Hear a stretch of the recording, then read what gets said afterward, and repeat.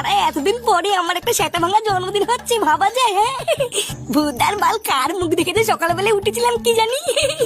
একটু পরে বাড়ি ভর্তি লোকজন আসবে, আমি কেক কাটবো।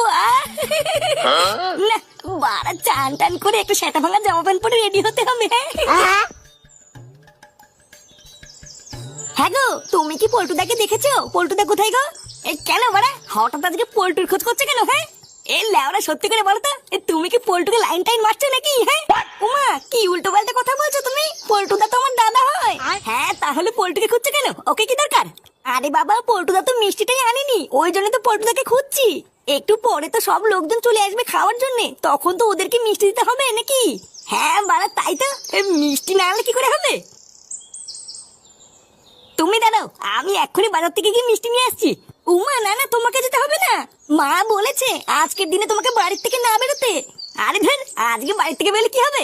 ভূতে খেয়ে নেবে নাকি? আর তাছাড়াও পল্টু সেই সকাল থেকে কাজ করছে, ওকে আর বলতে হবে না আমি যাচ্ছি। মা যদি একবার জানতে পারে তুমি বাড়ির বাইরে বেরিয়েছো, আমাকে খুব বকবে। আরে বাবা, মা জানতে পারবে তারপরে তো বকবে নাকি?